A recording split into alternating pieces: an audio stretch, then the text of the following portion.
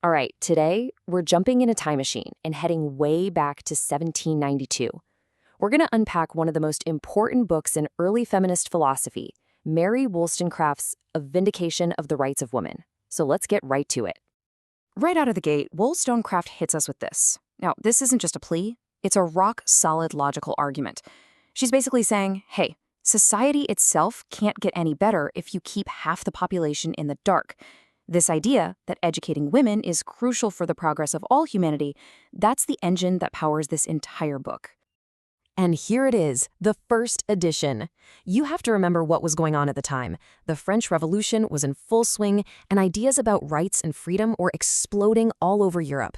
This book wasn't some quiet academic paper. Nope, this was a political bombshell dropped right in the middle of all that chaos. So let's break that down. Just how revolutionary was this core idea for its time? Here's the heart of it all. Wollstonecraft argued that women were human beings first, and then women. Now that sounds totally obvious to us today, right? But in the 18th century, that was an absolutely radical claim. She was saying that because women are human, they have a right to the same fundamental freedoms as men. Freedoms that come from reason and God, not from what society just happens to feel is appropriate. To really get why her argument landed with such a thud, we've got to paint a picture of the world she was pushing back against. What was the status quo for women in the late 1700s? Basically, the culture at the time prized emotion in women above everything else. Girls weren't taught to reason or think critically. They were taught to be delicate, to be sensitive, to really focus on their feelings. Being smart, well, that was considered a man's game. For a woman, it was seen as, well, frankly, unattractive. And this whole idea had a name. It was the cult of sensibility. It meant that having these super refined emotions and delicate nerves was a sign that you were high class. But Wollstonecraft saw it as a total trap. She argued that focusing on sensibility made women, in her words, the prey of their senses, which kept them from thinking straight and ultimately made all of society weaker. Now, what's really interesting here is that her book was a direct, rapid-fire response to one specific event. A French diplomat, Talleyrand, gave a report to the French government arguing that women should only get a domestic education. And when Wollstonecraft heard that, it just set her off. She actually dedicated the book to him, which was basically like saying, hey, you're wrong, and let me tell you exactly why. And this painting, wow, it's such a perfect visual for the world Wollstonecraft was fighting against. You see a woman who is literally tied down, guarded, trapped. Wollstonecraft used this amazing metaphor of a gilt cage.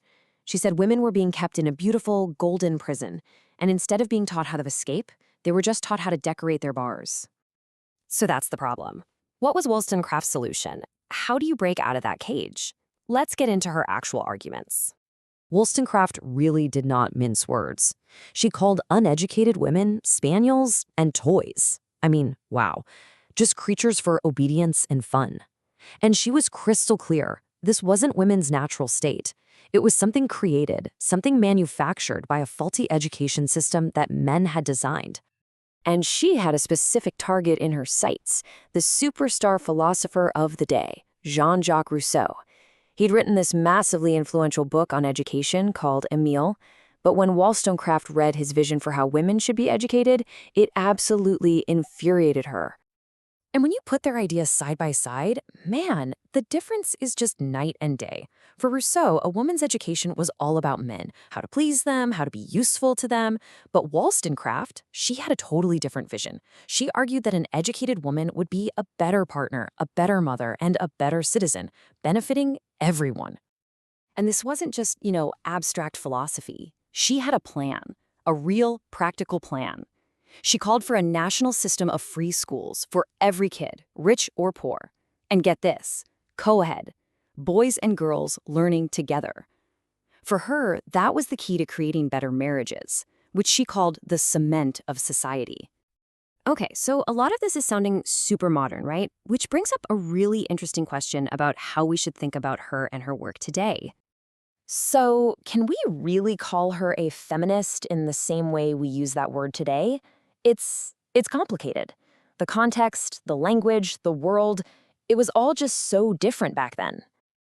I mean, for starters, the word feminist literally didn't exist yet.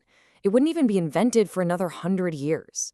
So trying to slap that label on her retroactively can be a little tricky, you know? It might twist what she was originally trying to say.